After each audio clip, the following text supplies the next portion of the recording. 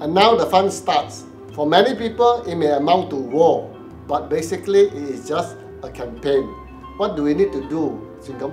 Okay, the thing is, first thing the Wakil Calon has to do is to work out with the Chief Police Officer what are the arrangements that are going to be made.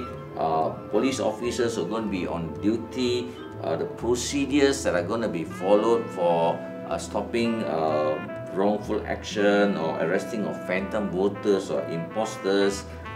These arrangements are made beforehand so that there are no surprises on polling day. We also will have to deal with this time around. There are going to be people from Pemantau and Pemerhati. What are the relationship of all of these people going to be? Are they going to interfere with the process or help and enhance the process? These need to be worked out. They need to seek assurance from the CPO that police vehicles will not be used to ferry voters to the polling center. What's the limit of this polling center? There's a 50-meter limit.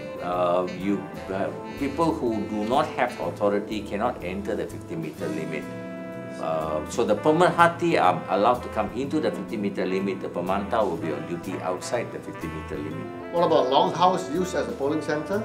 That's going to be an interesting situation. I suppose this happens in Sarawak where they don't have any other facility. The Longhouse is where people live.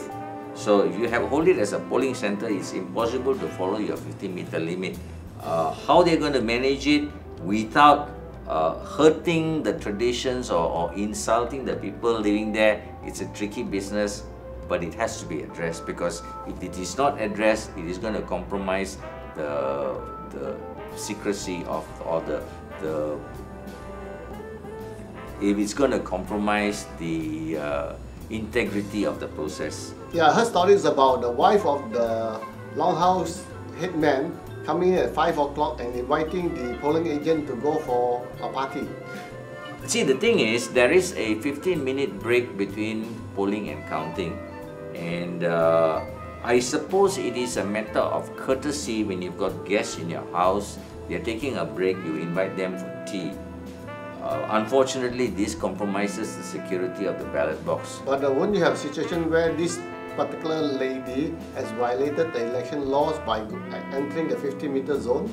This is the challenge. There is violation of electoral law in entering the 50-meter zone. There is also compromise of the security of ballot boxes because everybody goes out for tea, leaving the ballot box unguarded. How do we manage this without hurting the sensitivities of the native people is something that Wakil Calon has to think about. And I believe there's a certain paper procedures that has to be complied with, is it, with regards to forms? Yes. How about Form A? Who has to sign Form A? Oh, okay. The Code of Secrecy is, see, the thing is, every person who's involved, this was mentioned in the earlier segment, every person who's involved with the process has to sign what is called a Borang A, which is an oath of secrecy.